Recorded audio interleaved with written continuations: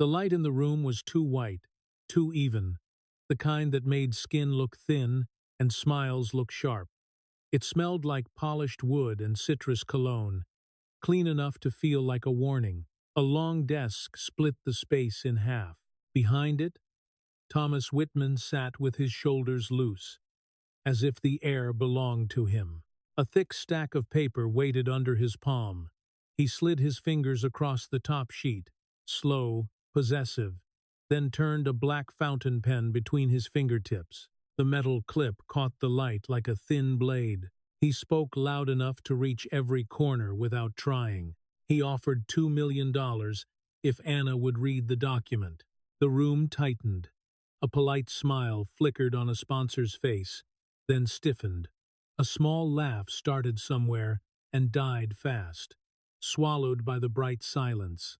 People shifted in their seats, not to help, but to find a safer angle to watch from. Whitman did not laugh.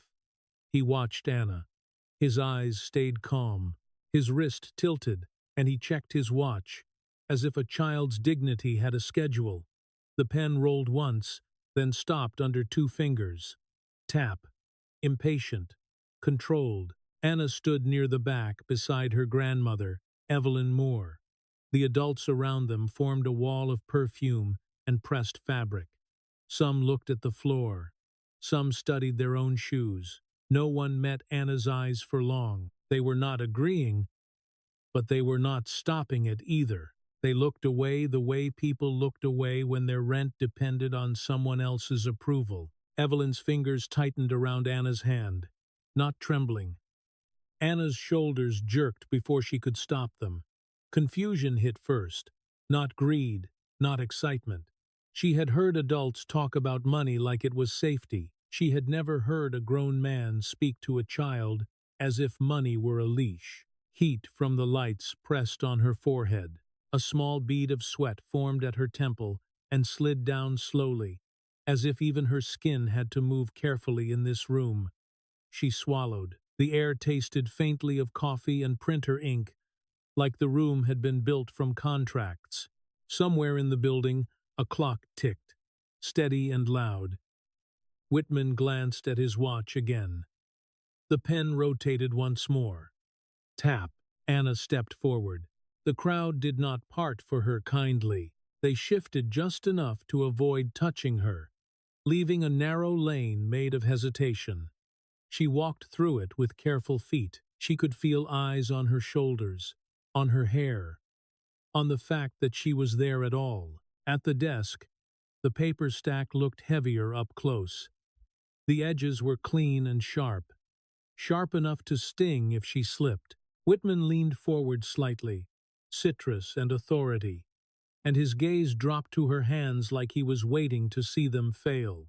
Anna looked up at him. Her voice came out small, but steady. She said her name was Anna. She said she was 6 years old.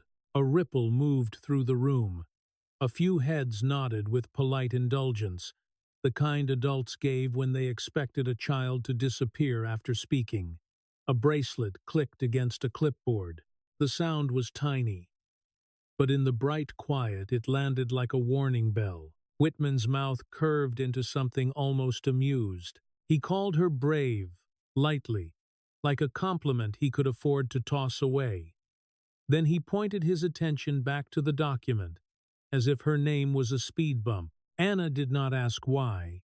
She did not ask if he was serious.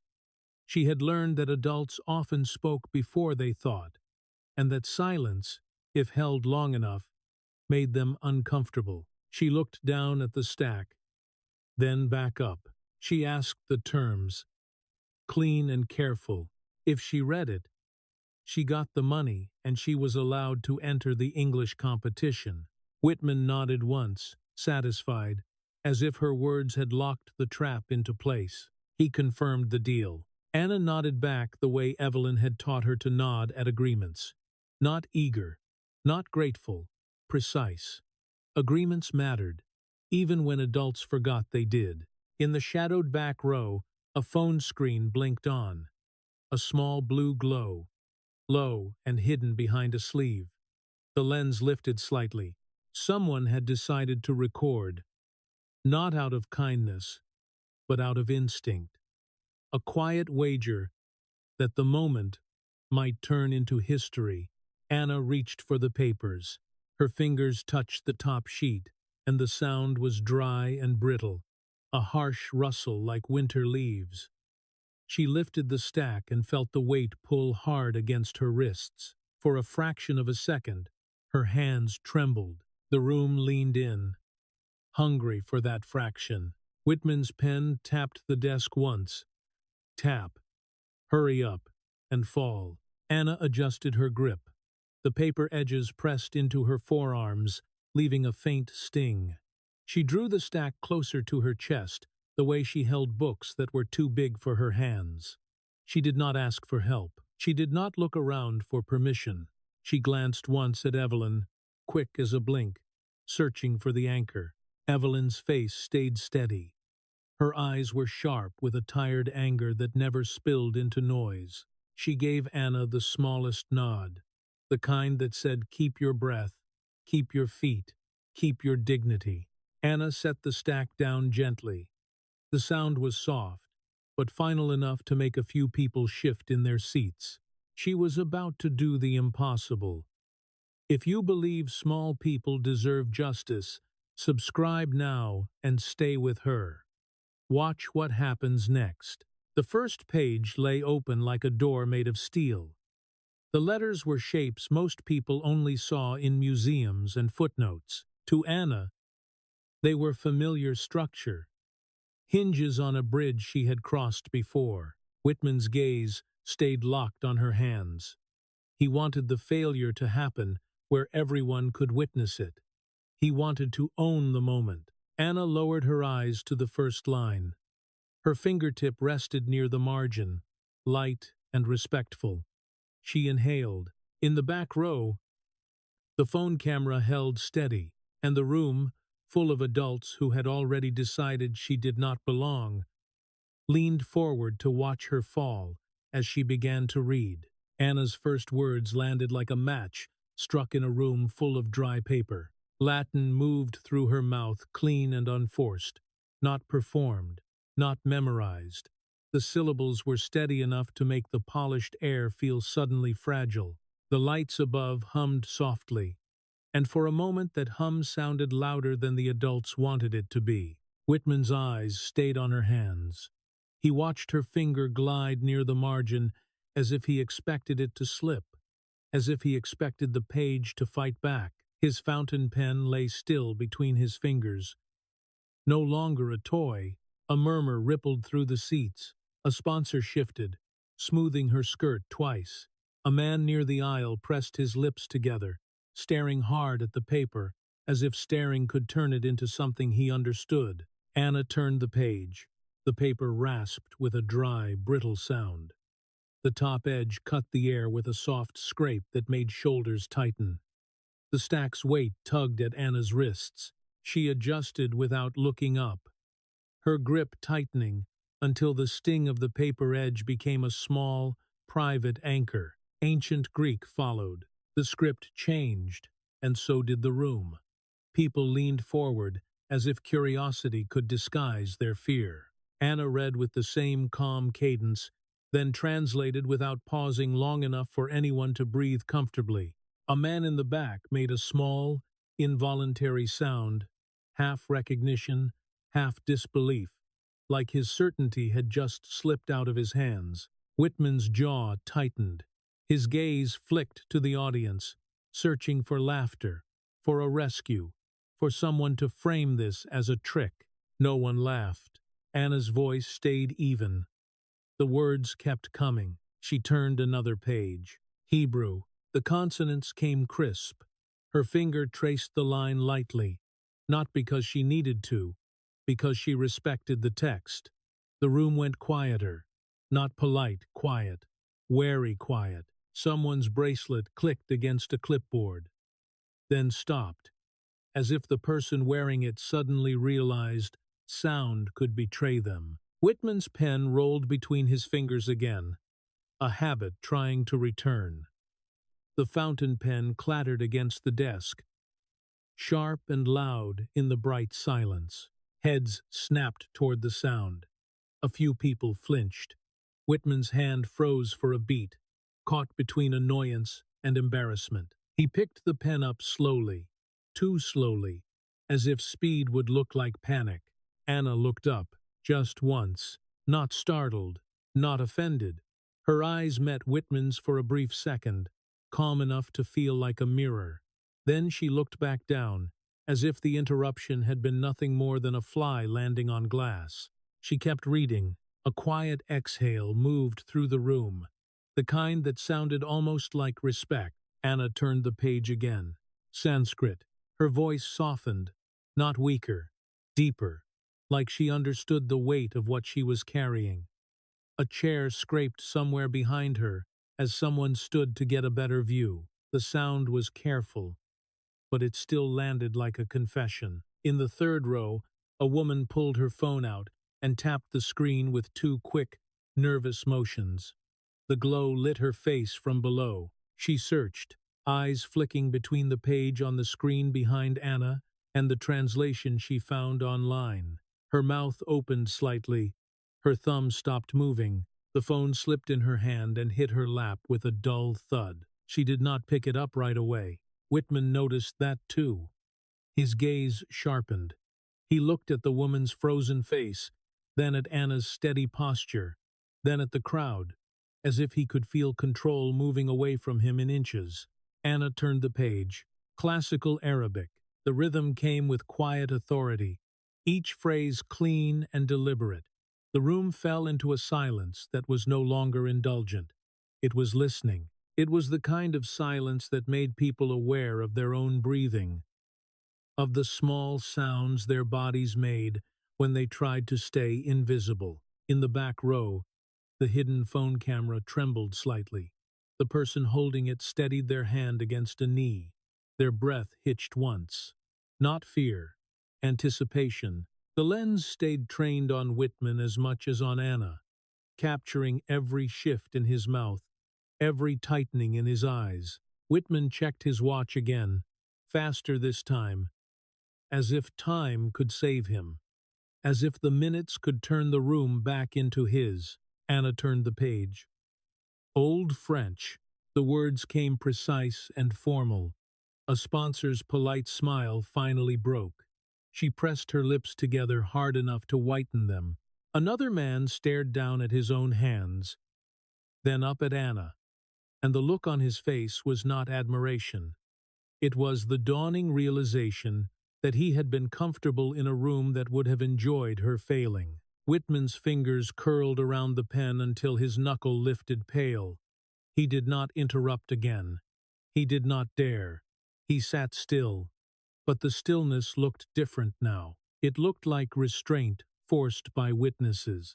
Anna reached the next page and paused.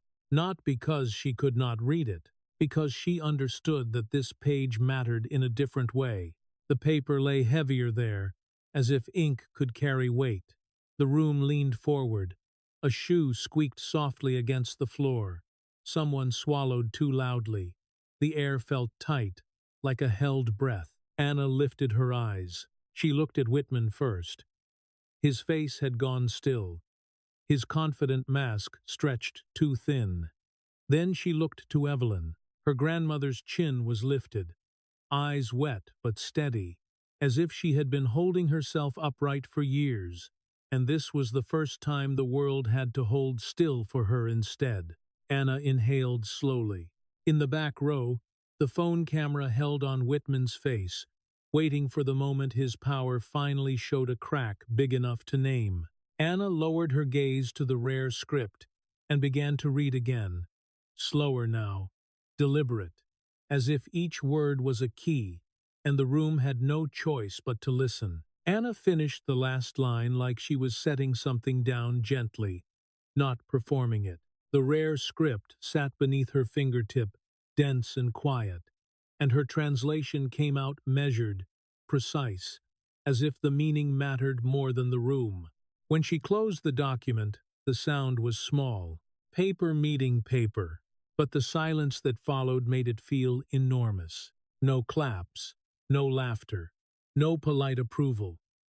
The overhead lights hummed, and someone's expensive perfume turned sharp in the back of Anna's throat. Whitman stared at her, as if he expected the moment to reverse itself. His mouth stayed slightly open.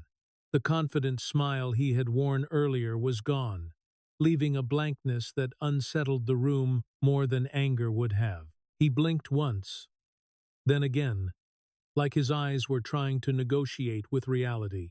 On the far side of the desk, a sponsor's heel tapped once, then stopped.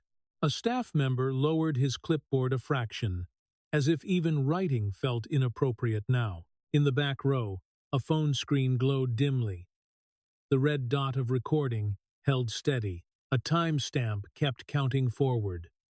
Clean proof that words had been spoken in front of witnesses who could not pretend they had been alone. Whitman cleared his throat.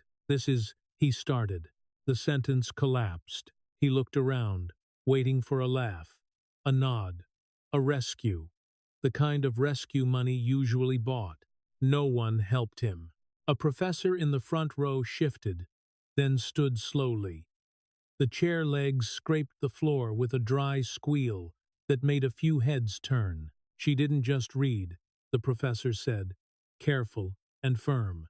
These are sections not publicly circulated. The structure, the context, no one coached that. The room tightened. A few people glanced at Whitman, then away, as if eye contact had become a risk. Whitman's jaw flexed. He lifted a hand to wave it off, but the gesture lacked its old confidence.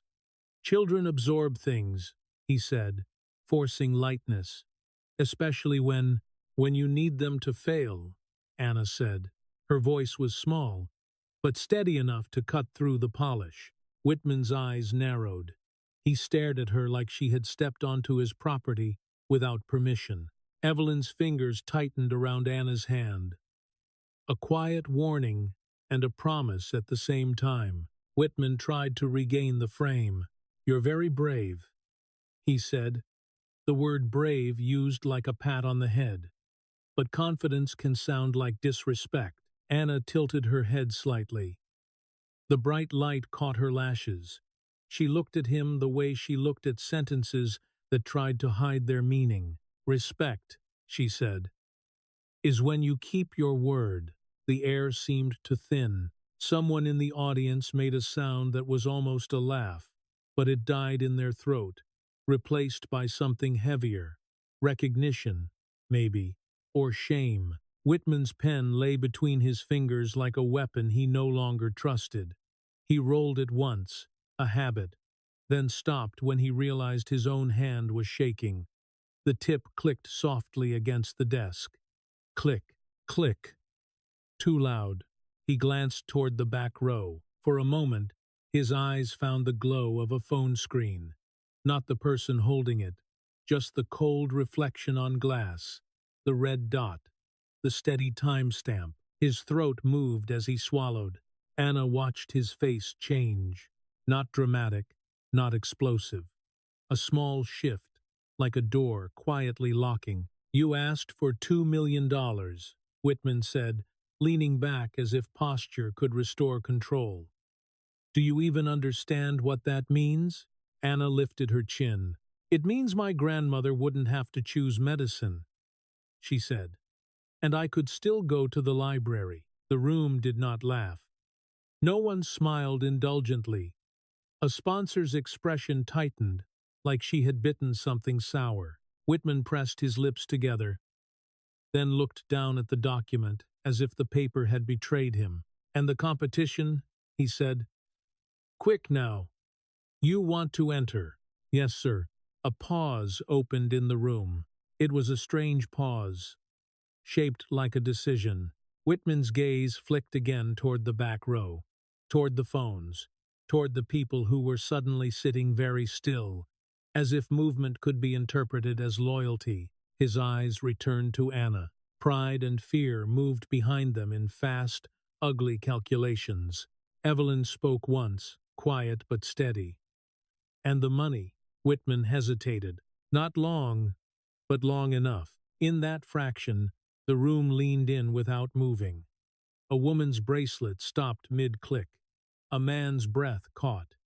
The hum of the lights sounded like pressure. Whitman's eyes tightened, and for a second it looked like he might try it, might call it a joke, an informal demonstration, a misunderstanding. Then, his gaze darted back to the glowing screens.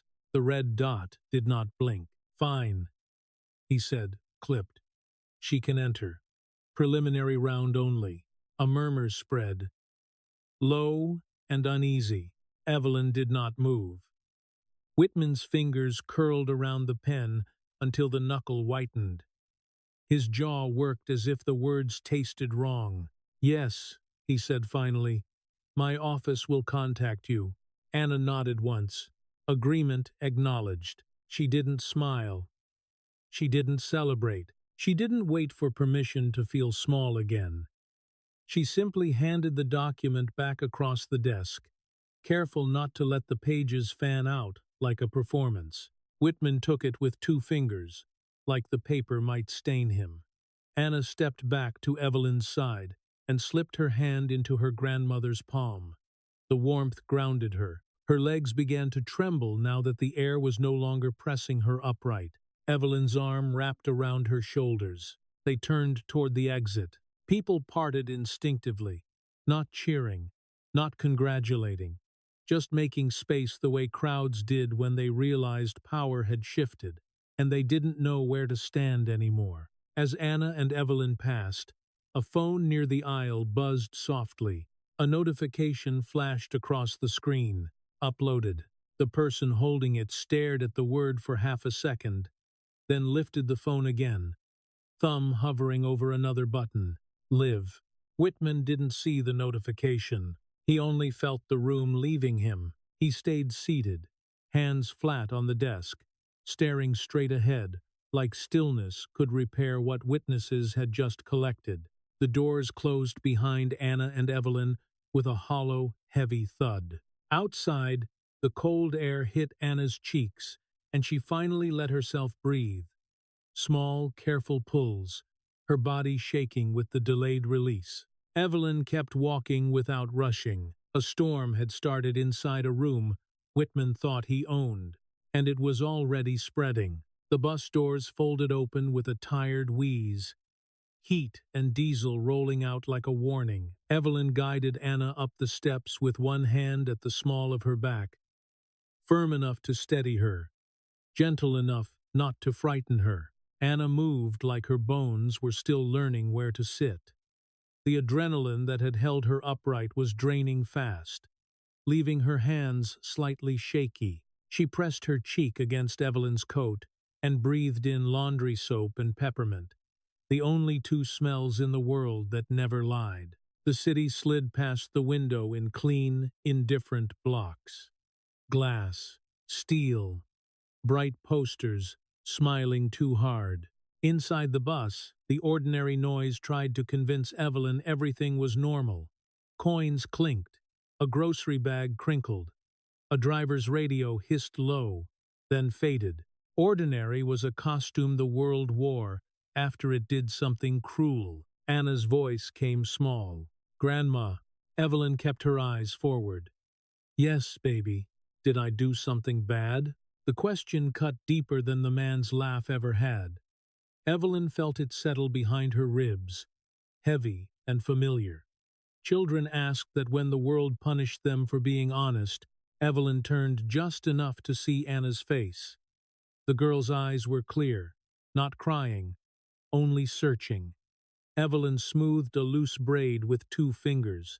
"No," Evelyn said, making the words solid. "You did something brave."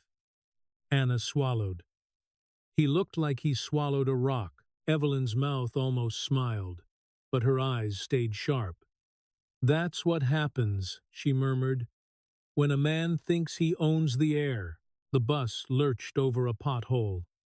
Anna braced herself, palm flat on the seat, then sat up straighter, as if she refused to be moved without permission. "He said 2 million," Anna whispered, the words careful in her mouth, like they might break. He said I could enter. A Viewert. Evelyn watched the street signs flash by and felt her jaw tighten. Grown men don't always keep promises, she said. Anna stared at her hands. Then why do they say them? Because to him, Evelyn replied quietly, it was never about giving. It was about proving you couldn't. Anna went still, thinking, not panicking. That frightened Evelyn more than tears would have. When they reached their stop, the bus exhaled them into cold air. Evelyn walked Anna home without rushing. She had learned a long time ago you didn't sprint after a storm. You walked. You let people see you steady. Their building smelled like old paint and shared hallways.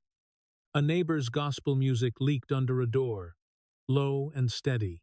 Evelyn unlocked their apartment, and the familiar scent of lemon cleaner and yesterday's soup wrapped around them like a thin blanket. Shoes off, Evelyn said automatically. Anna obeyed. Then she reached for the old blanket on the armrest without being told. The fabric had softened into memory. She pulled it over her lap like armor. Evelyn put the kettle on. Metal clicked against burner. Flame caught with a soft whoosh. She made tea the way she always did when life threatened to spin out of her hands. Hot water, honey, 2 chipped mugs, ordinary things that told the body it was safe. Even when the mind knew better. Anna watched her from the couch, eyes too old for her face. If he doesn't pay, Anna said. If he says I can't compete. Evelyn brought a mug over and sat beside her. Heat seeped into her palms. Then we fight smart, she said. Anna frowned. How? We find witnesses, Evelyn said. We find paperwork. We find someone who knows rules better than he does. Anna nodded slowly, as if filing the words away next to vocabulary. That night, sleep came in broken pieces. Anna drifted off, then tightened again, then drifted. Evelyn sat in the armchair beside the couch, half upright, listening to the radiator click and the city breathe. She didn't trust quiet that came too easily. The phone rang just after sunrise. Evelyn grabbed it before the second ring finished, like answering fast could keep control in her hands. Mrs. Moore, a crisp voice said. Too practiced. Too early. This is Daniel Reeves from the Whitman Foundation. I'm calling regarding yesterday's incident. Incident. Evelyn tasted the word like something sour. She looked at Anna asleep under the old blanket. One small hand curled around the edge like she was holding on. Yes, Evelyn said. I'm listening. Reeves exhaled softly, the sound of a man paid to smooth, sharp edges. There seems to have been some confusion. Mr. Whitman feels what occurred was an informal demonstration, not a binding agreement. Evelyn's fingers tightened around the receiver. In the kitchen, her old phone on the counter began to buzz. Then buzz again, then buzz again. A small, relentless vibration against cheap plastic. Notifications stacking up like footsteps outside a door. There was no confusion, Evelyn said, voice calm on purpose. Your employer offered money and entry. In front of witnesses. A pause. Paper shuffling. The thin sound of someone hiding behind documents. Mr. Whitman is concerned about setting a precedent. Reeves continued. Allowing a child who did exactly what she was asked. Evelyn cut in. Reeves's tone tightened. Mrs. Moore, I'd advise you to think about your future employment before you make this difficult. Evelyn stared at the wall for a heartbeat. The threat slid under the words like a blade under a napkin. She had lost hours, jobs, doors, for smaller defiance than this. Her gaze went back to Anna's face, relaxed in sleep for the first time in days. You don't get to test a child like a novelty, Evelyn said. Then pretend the rules changed. Another pause, longer. We'd like to invite Anna back, Reeves said carefully. for a private evaluation. Private. No witnesses. No room full of eyes. No chance for the truth to stick. Evelyn's grip tightened until her knuckles ached. No. Reeves inhaled as if the word offended him. Mrs. Moore. No, Evelyn repeated.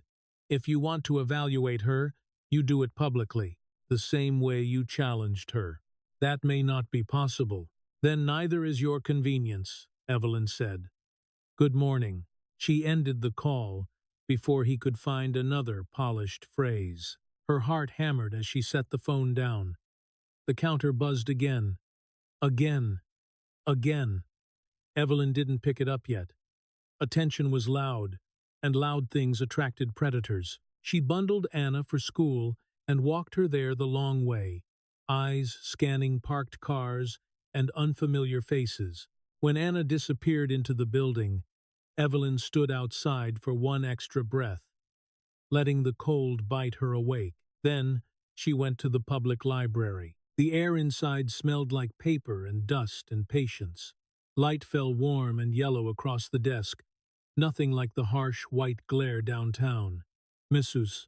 Alvarez looked up and softened the moment she saw Evelyn's face.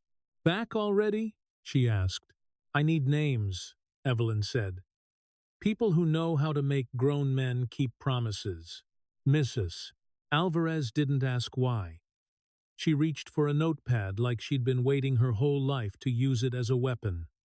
Her pencil scratched hard, the sound sharp in the hush. She wrote with pressure that sank into the paper, as if she were carving the names instead of listing them. When she tore the sheet free, the rip sounded loud enough to wake the whole building. Evelyn took it. The paper felt thin, but the ink felt heavy. She folded it once, then again, and slid it into her coat pocket like a match. On the walk home, her phone buzzed again. This time, the screen lit up through her pocket with a cold blue glow. The world was already talking. Evelyn didn't read the message yet. She only kept walking, hand pressed over the folded paper, as if holding it in place could hold the future in place too. The first thing Evelyn noticed was the sound, not the video, not the faces. The sound, a fast, greedy chorus of notifications hitting her phone like rain on thin glass. Ding, ding, ding. So constant it stopped being a chime and became pressure. Her kitchen was dark, except for the blue rectangle of the screen. The counter smelled faintly of dish soap and yesterday's onions. The clock above the sink ticked too loudly, as if it wanted credit for measuring the panic. On the phone, the clip replayed on its own. A bright white room, a heavy stack of paper, a rich man's voice smiling while he offered a number like it was candy. 2 million. The view count didn't climb anymore. It jumped, stuttering upward in sudden bursts, like a slot machine that had decided to pay out. Evelyn scrolled the comments and felt her stomach tighten. Half the world was furious for Anna. Protect her. Name him. Don't let them bury this. The other half was a different kind of loud. The same sentences posted by accounts with no faces, no history, no human rhythm. Stage. Greedy grandma. Coached. Fake child. Evelyn tapped one profile, then another. New accounts. Same phrasing. Same punctuation. It was like reading the same insult in 100 different mouths. Someone wasn't just reacting. Someone was steering. A second screen lit up on the table. An old tablet she used for library e-books. It flashed a news notification. Local businessman faces backlash after viral clip.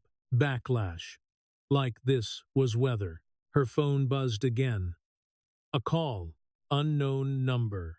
Evelyn watched it ring. One breath. 2. 3. Long enough to feel the other person's impatience through the glass. She answered. Mrs. Moore, a woman said. Calm voice. Controlled. The kind of calm you only earn by living through rooms that never wanted you there. My name is Carol Jennings. Evelyn didn't speak. I used to sit on the committee for the National English Excellence Competition, Carol continued. I resigned this morning. Evelyn's hand tightened around the phone. How did you get this number? I didn't, Carol said. I found you the way truth gets found now, by watching what they thought no one would care about. Evelyn glanced toward the hallway, the thin apartment door, the chain lock that suddenly felt like a joke. What do you want? To keep you from getting erased, Carol said, because that's what they're doing right now. Evelyn's mouth went dry. Who is they? Carol didn't hesitate. Whitman. And the people who live off his shadow? The name landed like a weight on the counter. Carol spoke faster now, urgency slipping through the polish. They're calling it an incident. They're pushing for something informal. They'll offer you a small settlement with a big silence attached. They'll say it's for the child's protection. Evelyn felt heat climb her throat. They already tried to wrap it in a smile. This is the part without the smile, Carol said. They had a plan before your granddaughter ever opened that stack. Evelyn's eyes flicked to the screen where the clip looped again. A plan. They sold a slot, Carol said. A guaranteed pass into the next stage. Under the table. Cleaned up with paperwork later. $500,000 from a donor to buy his son a place. Evelyn swallowed. 500,000. Carol's voice went colder. The boy can barely write a coherent paragraph. He doesn't know the difference between a verb and a promise. Evelyn's fingers went numb. You're sure? I have the emails, Carol said. Draft schedules, a spreadsheet labeled donor accommodations, and a memo with one word in red. Evelyn's heart stumbled. What word? Revocation, Carol said. As she spoke it, a file popped into Evelyn's inbox, like it had been waiting for that exact moment. Subject line: Internal Review Draft. Evelyn opened it with her thumb hovering like it might burn her. A screenshot filled the screen. A document header. Committee language.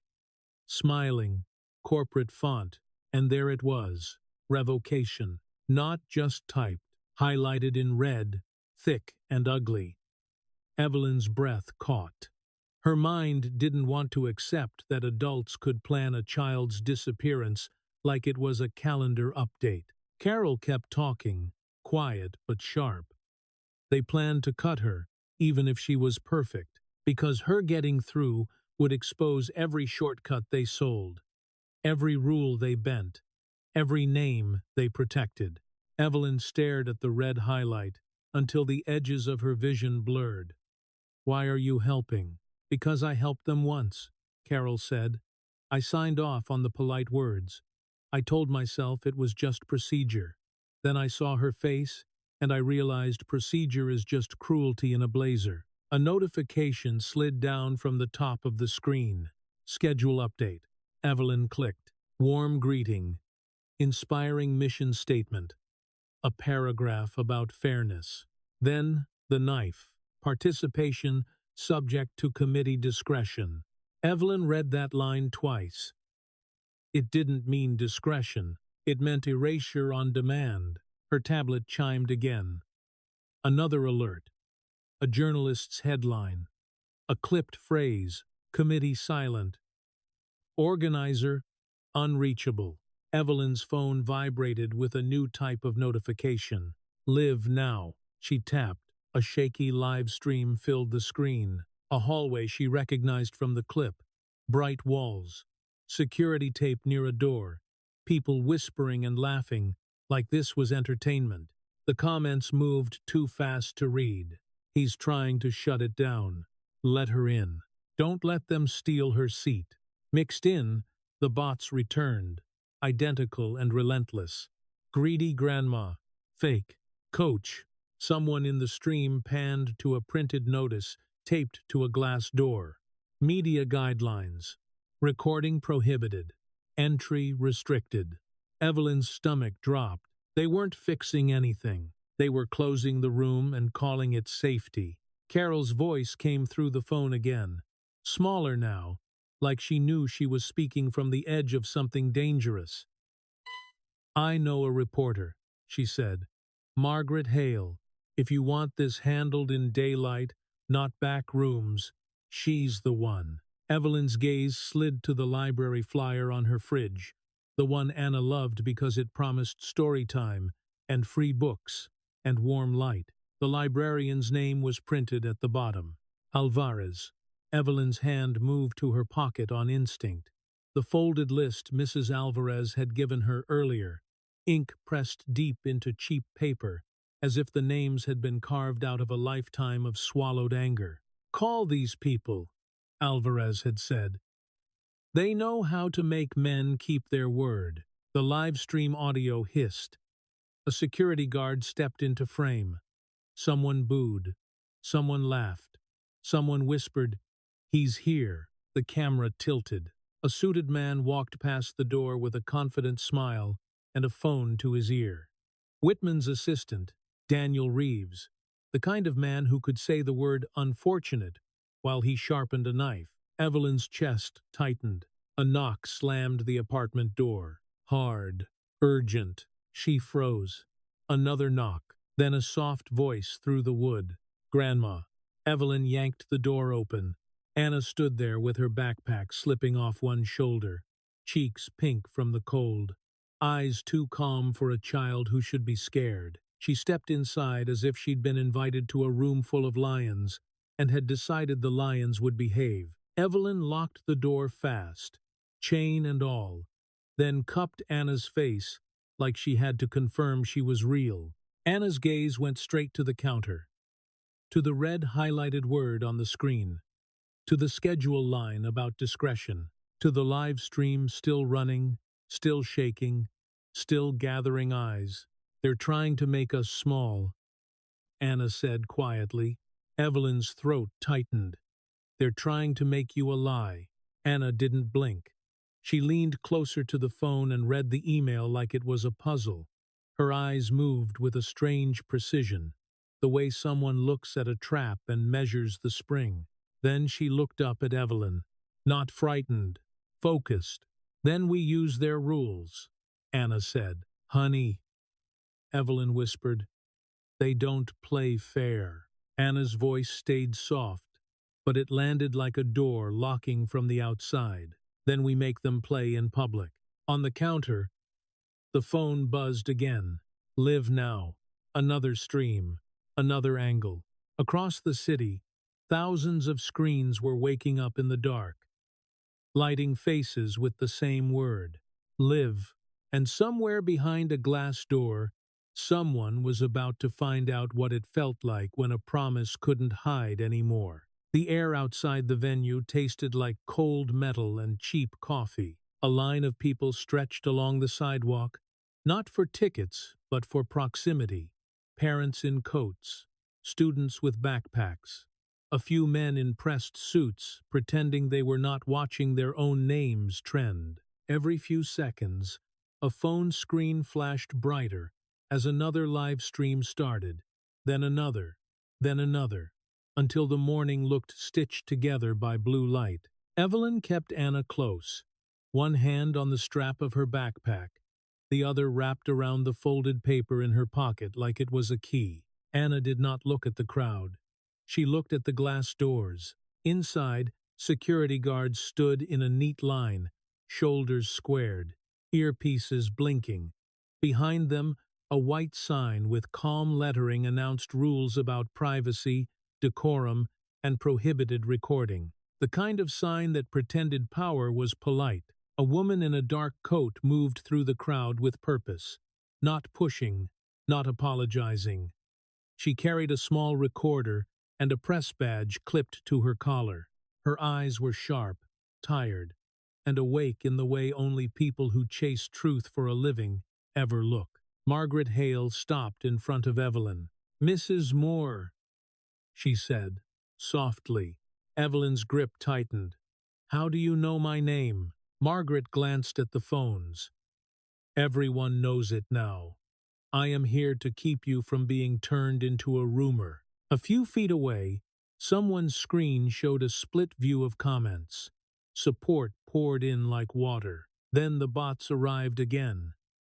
Identical phrases marching in formation, trying to bury human voices under repetition.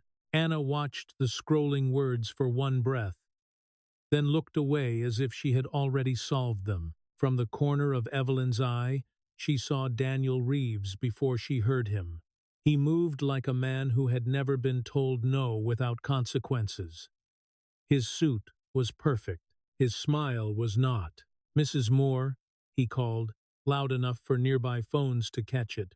"Daniel Reeves, Whitman Foundation. We should speak privately." Evelyn did not move. Reeves stepped closer anyway, lowering his voice just enough to sound reasonable on camera. "There is a lot of noise online. People misunderstand. We want to protect the child." "Protect," Margaret repeated, tilting her head. "From what? Exactly?" Reeves smiled at her like she was a small inconvenience. "From exploitation, from becoming a spectacle. We can resolve this without a scene." A security guard near the doors glanced over, waiting for a signal. Reeves saw it and kept his tone gentle. "Mrs. Moore," he continued, "we can offer support, a scholarship, counseling, a statement, something dignified, but it requires discretion." Evelyn felt her stomach twist at the word. It sounded like a locked door. "No," she said. Reeves's smile held, but his eyes hardened. "Think about your employment prospects. Think about your housing. Think about how quickly sympathy turns." The threat was wrapped in silk, but it was still a threat. Anna tugged Evelyn's sleeve once, a small motion that somehow cut through the noise. Evelyn looked down. Anna's eyes were calm, but her fingers pressed lightly against Evelyn's palm, a silent reminder to breathe. Then Anna stepped forward, not to Reeves, but to the glass doors. "Excuse me," she said to the nearest guard. Her voice was not loud. It did not need to be. The people closest turned their heads anyway, as if the air had shifted. The guard blinked, surprised by the directness. "Yes." Anna lifted her chin just enough to be seen. "I am here for the public preliminary. Where is the check-in table?" Reeves cut in smoothly, trying to regain control. "She is not on the list." Anna did not look at him. She looked at the guard. "May I see the list?" The guard hesitated. His gaze flicked to Reeves, then to the growing forest of phones pointed at his face. He swallowed. "I cannot show private information," he said. Anna nodded once, as if she had expected that answer. "Then please show the rule that says I cannot verify my own entry." A murmur rolled through the crowd. A few people laughed, short and sharp, the way laughter sounds when it is fueled by outrage. Margaret raised her recorder.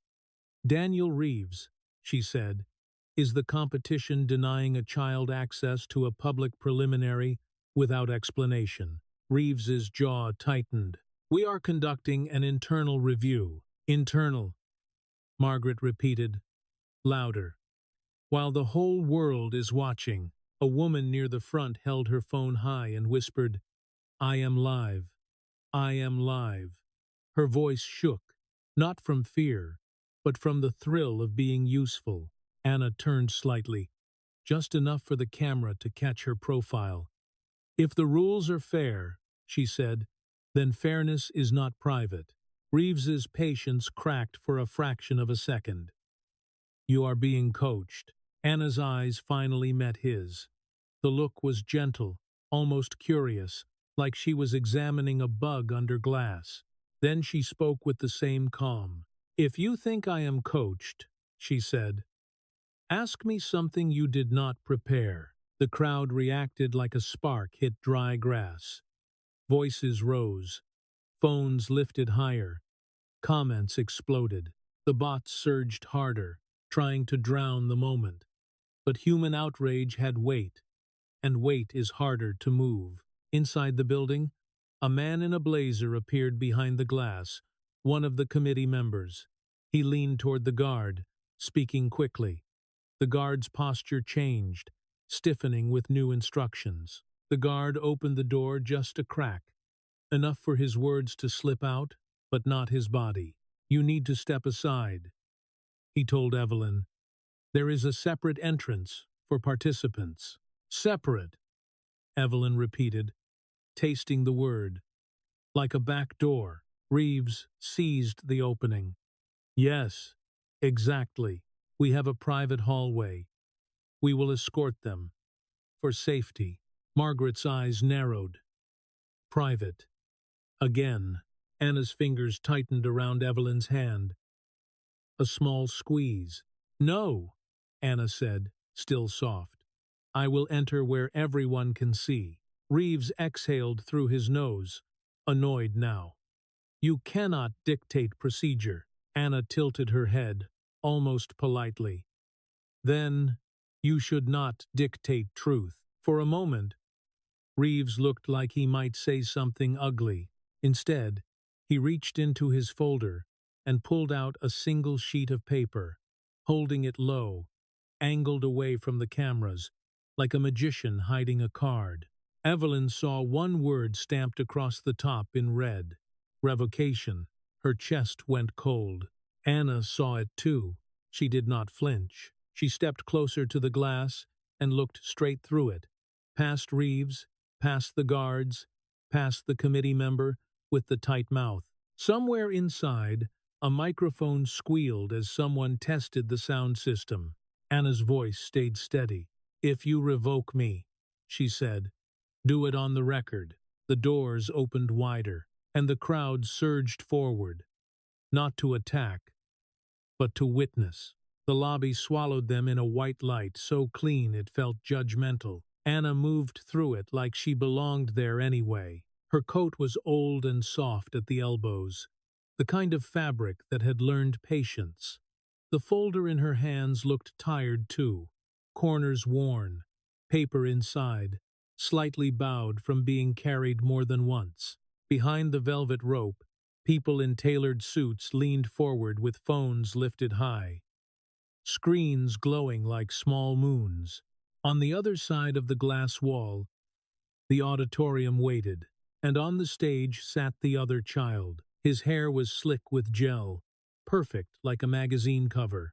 His shoes shone so hard, they caught the light and threw it back at the room.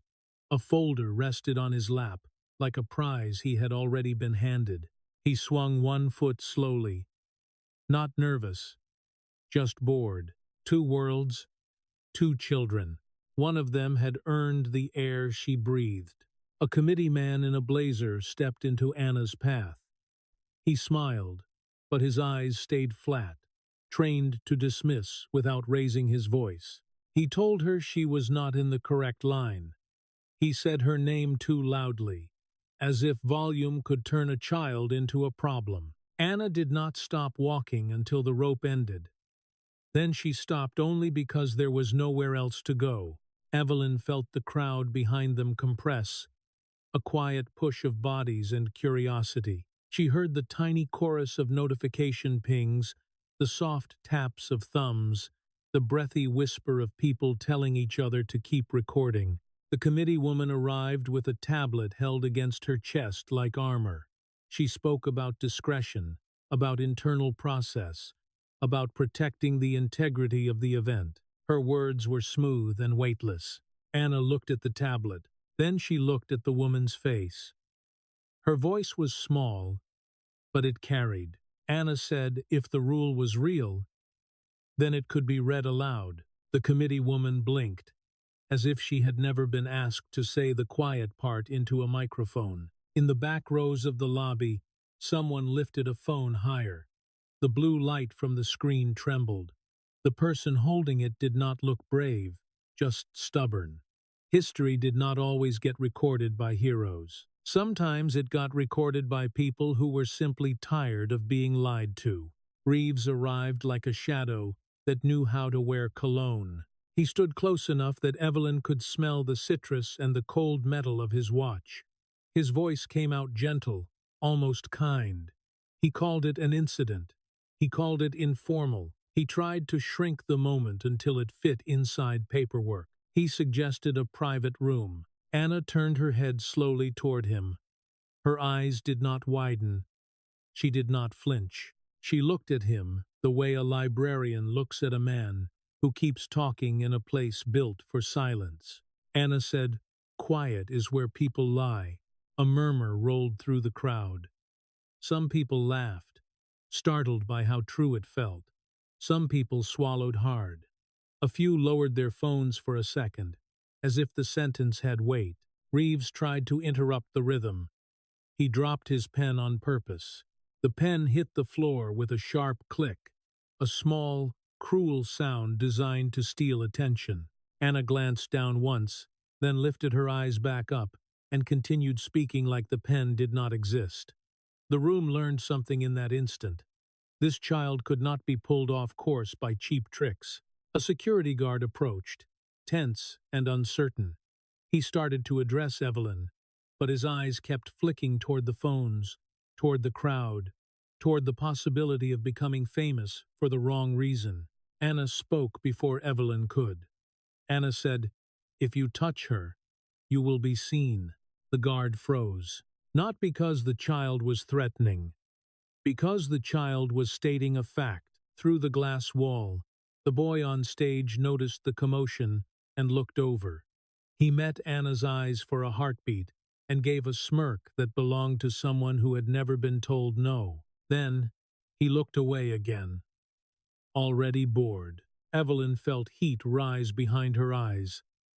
Anna's hands stayed steady on the folder. The committee man in the blazer made a decision that was not about rules, it was about optics. He said, "Fine. Then, we handle it on stage." Reeves did not like that. His face tightened. His fingers moved once, a small signal near his side, subtle as a breath, but a phone in the third row caught it. The camera angle was imperfect, but clear enough. Reeves pointing, the guard shifting, the committee man nodding, the kind of quiet coordination that always happens when powerful people think nobody is watching. Anna walked into the auditorium first. The room was colder, the air-conditioned kind of cold that kept people awake and compliant. White lights flooded the stage so hard it made shadows disappear. In that brightness, there was nowhere to hide. Evelyn took a seat near the aisle. Margaret Hale sat 2 rows back, recorder steady, eyes sharp. The crowd settled, but the phones did not. Screens stayed lifted. The committee man stepped to the lectern and tapped the microphone. The speakers answered with a thin hum. He began to speak about procedural adjustments. Anna stood in the center aisle, small against the sea of seats and the wide blank stage. She lifted one hand slightly, not begging, not dramatic, just requesting the floor, the way she had been taught, the way rules were supposed to work. The committee man hesitated. In that hesitation, the whole room went quiet. Even the phone pings stopped for a breath, a sound gap, a perfect empty moment. Anna spoke into it. Anna said, "If you are going to erase me, do it with your name attached." For 2 heartbeats, nothing moved. Then, a single phone buzzed loud in the back. Someone whispered, "It is live." Another voice said, "It is everywhere." Whitman sat in the front row, suit darker than the room, hands folded like he was bored, but his eyes lifted at the word live. He did not look at Anna first. He looked at the cameras. Then he looked at Reeves. And in that look, the room saw something it had not seen before. A man who bought silence, afraid of sound. The microphone made a thin, nervous hiss, like the room itself was warning them. Anna did not move from the center aisle. She stood with her feet planted, folder held against her ribs, chin level, not brave in a loud way, brave in the way that refused to be pushed into a corner. The committee man cleared his throat and tried again. Voice polished, words meant to sound official. He spoke about fairness. He spoke about order. He spoke as if language could rebuild the world faster than cameras could tear it down. In the front row, Whitman kept his posture calm, but his attention kept sliding toward the glow of phones. The light touched his cheekbones and made him look older, sharper, less certain. His jaw flexed once, then stilled. Reeves leaned in close to him, whispering, a hand hovering near his own lapel, as if he could button the moment shut. Behind Anna, the audience breathed differently now. People were not just watching, they were measuring. They were waiting for the first crack, the first lie, the first mistake that would make the whole thing collapse. A young technician stepped toward the soundboard. His eyes kept darting to the phones, to the press row, to the committee table. He looked like someone who wanted to survive the day without becoming a headline. The committee woman with the tablet lifted her hand and signaled toward the stage. Then the boy stood. He walked to the lectern with the ease of a child who had never had to ask permission for anything. He smiled at the crowd and spread his hands like a small politician. His blazer fit too perfectly. His words were clear, confident, and rehearsed. He read from his folder and the committee nodded along, as if they had already decided what the room would applaud. A few people clapped. Not many. Not enough. The applause sounded thin, like rain hitting glass. The boy finished and looked toward the committee table for approval, eyes shining with expectation. He did not look toward Anna. He did not have to. He had been raised in a world where winners did not need to acknowledge the line behind them. The committee man announced the next participant, and he did it quickly, as if speed could outrun the live feeds. Anna walked forward. The camera phones rose higher. Somebody in the back whispered her name like a prayer. Anna stepped up to the microphone, and for a moment she did not speak. She adjusted the height with both hands. Careful, steady. The metal stand squeaked softly, a small sound that somehow felt louder than it should have. She placed her folder on the lectern.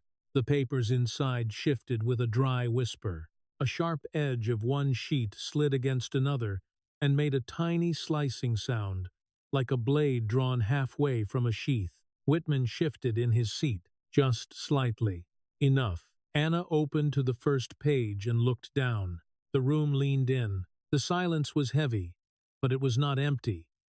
It was packed with expectation, with doubt, with the hunger people get when they think they might witness something they can never unsee. Anna began to read, not loud, not dramatic, clean, precise, as if the words belonged to her and had been waiting for her voice all along. Somewhere near the center, a woman pulled up a translation app and held it close to her face.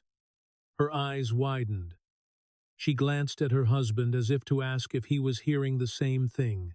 He stared at the screen, then stared at Anna, then stared back at the screen again, like his brain could not decide what reality to trust. Anna turned a page. The paper snapped softly at the corner, crisp and definitive.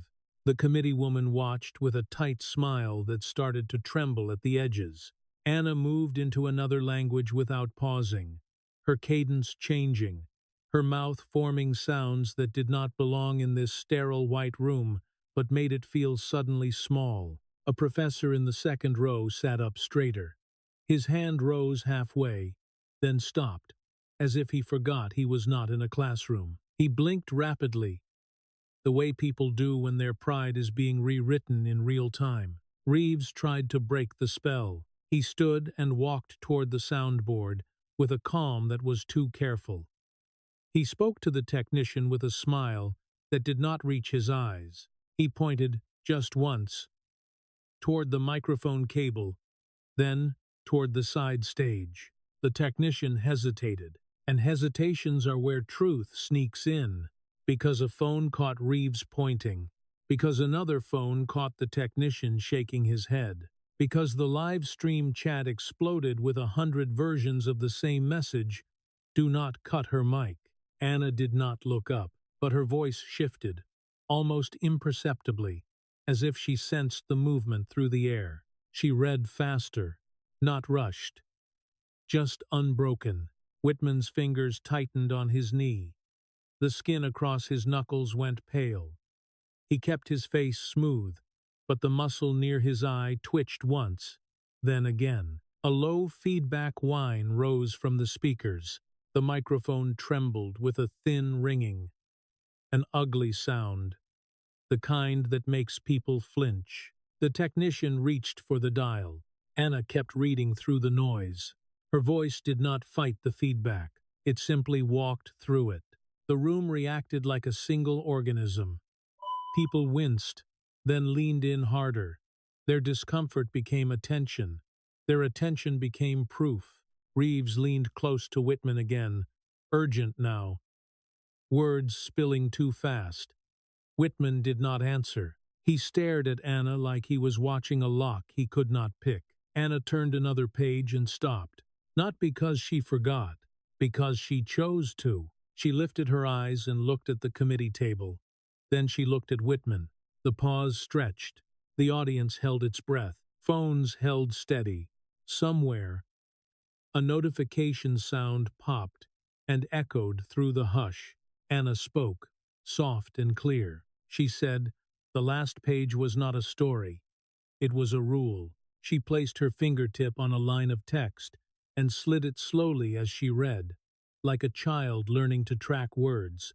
Except what she was tracking was something far more dangerous. The committee man's face drained of color. The committee woman's tablet slipped a fraction in her hands. Whitman did not blink. Anna finished the line and closed the folder gently, as if sealing an envelope. Then she asked one question that landed like a stone in water. She asked who sold the seat. No shouting, no accusation, just a question, spoken into a room full of cameras, and in the front row, Whitman finally moved, not toward the microphone, toward Reeves, with a look that said, "Fix this now." But the sound of that moment had already escaped, not through the speakers, through the phones. For a heartbeat, no one answered. The committee man blinked, as if Anna had asked something impolite instead of something true. His mouth opened, then closed. He looked down at his papers like the words might rearrange themselves into a safer order. Whitman did not speak. He did not have to. The way he stared at Reeves was a command without sound. Reeves rose slowly, palms open, smile fixed in place like a mask. He stepped toward the microphone with the calm of someone who had talked his way out of worse rooms than this. He said it was an inappropriate question for a child. He said the event was about literacy, not rumors. He said the committee would handle any concerns privately. The word fell into the room and made people shift in their seats, because everyone knew what privately meant when power was involved. Anna did not argue. She simply looked at him, then looked at the phones held high along the aisles. Then she looked back at the committee table. She asked again, quieter this time, as if she were giving them a second chance to choose who they wanted to be on camera. Who sold the seat? A soft sound rose from the crowd, not a voice, more like the air being pulled through teeth. Someone in the back whispered, "Say it." Somebody else whispered, "Do not let them end this." The committee woman with the tablet tapped and tapped, her nails making a frantic rhythm against glass. Her eyes kept flicking toward the exit, toward the press row, toward Whitman. Whitman lifted one finger, barely moving his hand. Reeves nodded once, the smallest yes in the world, then leaned toward the soundboard again. The feedback returned, a thin screech that made people flinch. A few phones dipped, then rose again, stubborn and steady. The technician froze. His face went pale. He looked like he was deciding whether he wanted to keep his job or keep his soul. And then a new voice cut through the noise, not from the microphone, from the front row. Carol Jennings stood up. She did not raise her voice. She did not need to. She spoke like someone used to, rooms full of people pretending not to listen. She said her name, clearly. For the recording, she said she had sat on this committee before, and she said the seat was not sold by accident. It was sold on purpose. A ripple went through the audience, the kind that starts as shock and turns into fury before it even reaches the back wall. Reeves snapped his head toward her, smile cracking. The committee man lifted both hands, trying to calm the room, but his gestures looked like panic, not authority. Carol reached into her bag and pulled out a folded printout. Paper in a digital world. Heavy and undeniable. She walked down the aisle slowly, every step measured, every phone tracking her like a spotlight. She held the pages up high enough for cameras to catch the red markings across the lines. She said it was an email chain. She said it showed the name of the sponsor. She said it showed the amount. And she said it showed the instruction. Remove her anyway. The committee woman made a small sound. A swallow that did not go down. Whitman finally stood. The room went colder. He did not look at Anna. He looked at Carol like she was a stain on a white shirt. His voice came out smooth, almost gentle, the way dangerous people speak when they want to sound reasonable. He said she was disgruntled. He said she was lying. He said anyone could print anything. Carol did not flinch. She turned her printout toward the press row, toward the closest camera, toward the people who lived for receipts. Then she looked at Anna, not with pity, with respect. Anna opened her folder again. She slid to the page she had marked and placed it flat on the lectern. Her fingertip rested on a single sentence, small type, easy to miss until someone forced you to see it. She read it aloud, steady and clean. No participant may be replaced by payment, sponsorship, or private arrangement. A rule, not a story. The boy in the blazer shifted on stage. His smile had disappeared. His eyes darted toward the adults in the front row, searching for a script that was no longer working. Reeves stepped forward quickly, too quickly, and reached for the microphone base as if he could remove the moment from the room. The technician, hands trembling, did not follow his gesture this time, because the cameras were too many, because the room had changed, because silence was no longer theirs to control. Whitman took one step toward the stage, and all at once the audience phones chimed, one after another, like a swarm waking up. A journalist stood and spoke into her own recorder, asking for comment. Another person shouted a question about the sponsor name. Another voice asked why the committee tried to end it privately. The sound became a wave. Whitman looked around, and for the first time he seemed to understand something simple and terrifying. He could buy a room, but he could not buy every screen. Anna closed her folder again, gentle as ever, and looked straight at the committee man. She asked him to say the sponsor name into the microphone. On record, with his name attached. The committee man stared at the lectern, as if it were a trap. His lips parted. And then, somewhere near the aisle, a security guard lifted his earpiece, listening to a voice nobody else could hear, his eyes widening as if the call had just changed the rules of the night. The security guard kept his face blank while the voice in his earpiece spoke fast and low. His gaze slid across the room, the way a flashlight moves over water. Phones, press badges, a live feed light blinking in the dark, like a small red eye. He pressed one finger to the earpiece again, listening harder. Then he looked at Reeves, not for permission, not for instructions, like he was waiting to see which side Reeves would choose now that the room had witnesses. Reeves tried to laugh. It came out thin. He leaned toward the microphone and said everyone should calm down, that the committee would take a short break, that security would escort disruptive individuals outside. But the word escort did not land the way he wanted, because the audience heard it as remove. And the audience had learned, in one night, what remove usually meant. A woman in the aisle raised her phone higher and shouted that she was streaming. Another voice shouted that she had already saved the footage. A third voice laughed once, sharp and humorless, the laugh of someone who had been told be quiet too many times. Whitman remained standing, still as a statue, except for one small tell. His thumb rubbed the side of his ring, over and over, like a prayer for control. Anna watched the committee man. He stared at the lectern as if it were a cliff edge. Sweat shone along his hairline under the white lights. He swallowed and looked toward Whitman. Whitman did not nod. Whitman did not shake his head. He simply waited. That was his power. He made people answer without telling them what to say. The committee man cleared his throat. His voice shook on the first syllable and steadied on the second. Because humiliation teaches you how to survive in public. He said the sponsor name. He said it like a confession. A sponsor foundation. Everyone recognized. The kind of name printed on museum walls and scholarship brochures. The kind of name that sounded generous until it sounded guilty. The room reacted before the sentence even finished. Gasps, murmurs, a few angry laughs.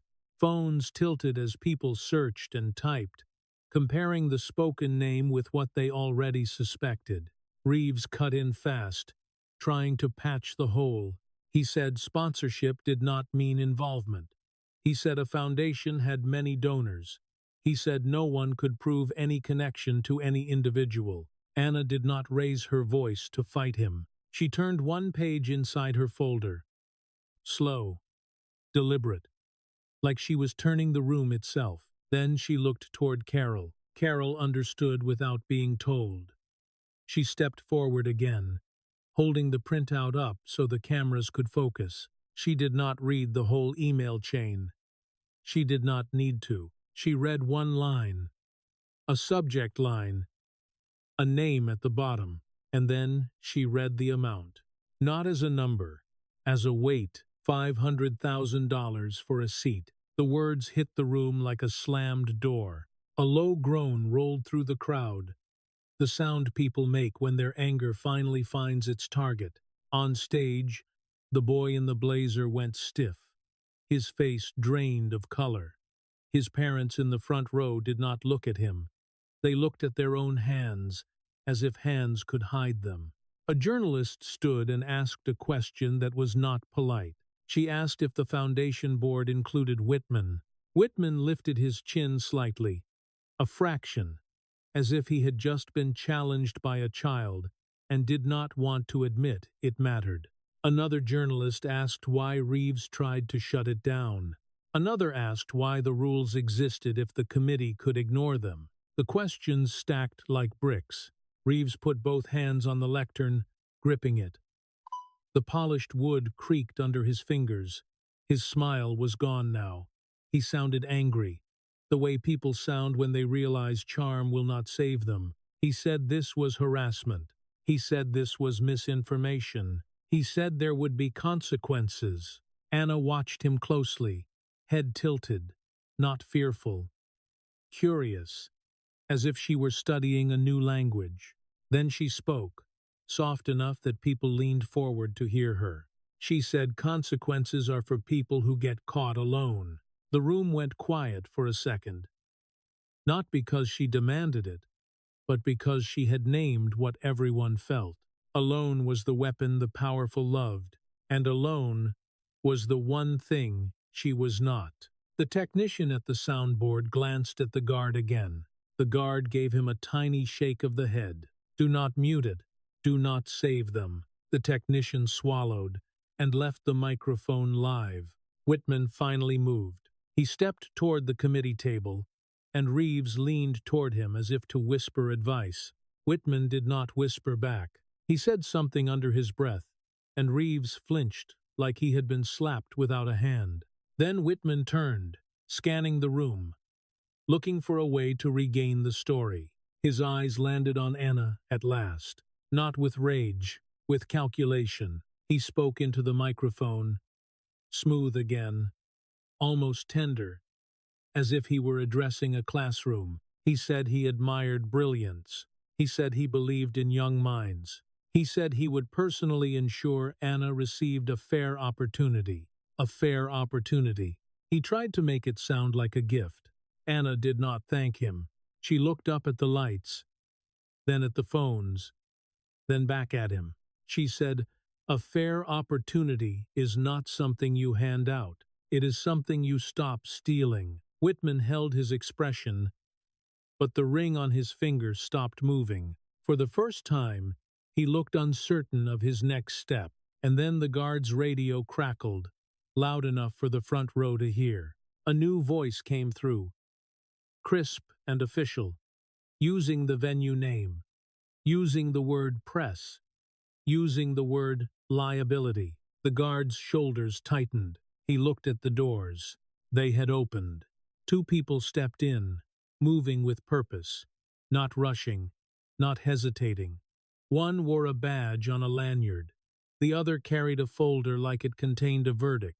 The crowd shifted, phones lifting higher, hungry for the next turning point. Anna did not move. She simply slid her folder a little closer to the edge of the lectern, ready, like she had been waiting for the world to finally walk into the room.